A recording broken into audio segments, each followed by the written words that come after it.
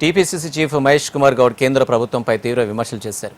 ఈ నెల 10న ప్రధాని మోడీ హైదరాబాద్ పర్యటనకు రానున్న నేపథ్యంలో కాళేశ్వరం ప్రాజెక్టుపై సీబీఐ విచారణ చేపడతారా లేదా అనేది స్పష్టం చేయాలని డిమాండ్ చేశారు. వేల కోట్ల అవినీతి జరిగిందని ఆరోపిస్తూ ఇప్పటికే సీబీఐకి లేఖ రాశామని తెలిపారు. ఇక బండి సంజయ్ కేంద్ర మంత్రి అన్న విషయం మరిచి మాట్లాడుతున్నారని విమర్శించారు. కేసీఆర్పై చర్యలు ఎందుకు లేవని ప్రశ్నించారు. ఇక బీజేపీ బీఆర్ఎస్ మధ్య కుమ్మక్కు ఉందని ఆరోపించారు. ఇక రైతుల పట్ల తమ ప్రభుత్వం కట్టుబడి ఉందని ప్రజలు అప్రమత్తంగా ఉండాలని పిలుపునిచ్చారు. మేము సిబిఐ దర్యాప్తు అడిగి 8 నెలలు అయిపోయింది. ఎందుకు ముందుకు పోట్లే ఈ తతంగం? కేసీఆర్ని ఎందుకు అరెస్ట్ చేయలేదని, చేయడానికి ఎందుకు సాధించడం లేదో బండి సంజయ్ గారు జవాబు చెప్పాలి.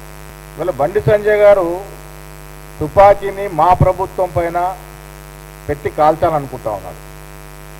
బండి సంజయ్ గారు తెలుసుకోవాల్సింది, తుపాకీ ఆయన చేతుల్లో ఉంది, ట్రిగ్గర్ నొక్కాల్సింది ఆలస్యం.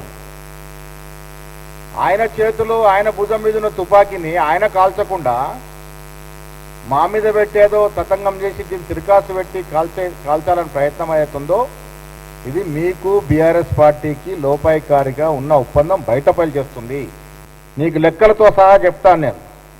కాళేశ్వరం విషయంలో నేషనల్ డ్యామ్ సేఫ్టీ అథారిటీ, కేంద్ర ప్రభుత్వం ఆదిరినటువంటి అథారిటీ ఒక డీటెయిల్ రిపోర్ట్ ఇచ్చింది. వీళ్ళ బండి సంజయ్ గారు రాష్ట్ర ప్రభుత్వం ఎందుకు పోవట్లే అడుగుతుంది. దానికి జవాబు చెప్తా ఉన్నాం. దీంట్లో కేంద్ర ప్రభుత్వ సంస్థలు, ఇతర రాష్ట్రాల ఏజెన్సీలు యొక్క ప్రమేయం ఉంది. ఈ ప్రాజెక్ట్ నిర్మాణంలో అంతర్రాష్ట్ర విభేదాలు ఉన్నాయి. ఇవాళ రాష్ట్ర ప్రభుత్వం దర్యాప్తు చేపడితే మొదటగా మీరు సహకారం చేయరు, కేంద్ర ప్రభుత్వం సహకారం చేయదు, పక్కనట్టు మహారాష్ట్ర ప్రభుత్వం సహకారం చేయదు, కేంద్ర ప్రభుత్వం దీంట్లో ఉన్నటువంటి కేంద్ర ప్రభుత్వ సంస్థలు సహకారం చేయవు. దాని కారణంగానే అసెంబ్లీలో చర్చ పెట్టి దీన్ని సిబిఐకి అప్పచెప్పడం జరిగింది. అదేవిధంగా టీఆర్ఎస్ హయాంలో జరిగినటువంటి విద్యుత్ కొనుగోలు, భద్రాద్రి యాదాద్రి థర్మల్ ప్రాజెక్టు జరిగిన అవినీతి అవకతవకల పైన కూడా మదన్ బి లోకూర్ గారు 114 పేజీల నివేదికని రాష్ట్ర ప్రభుత్వానికి అందించారు.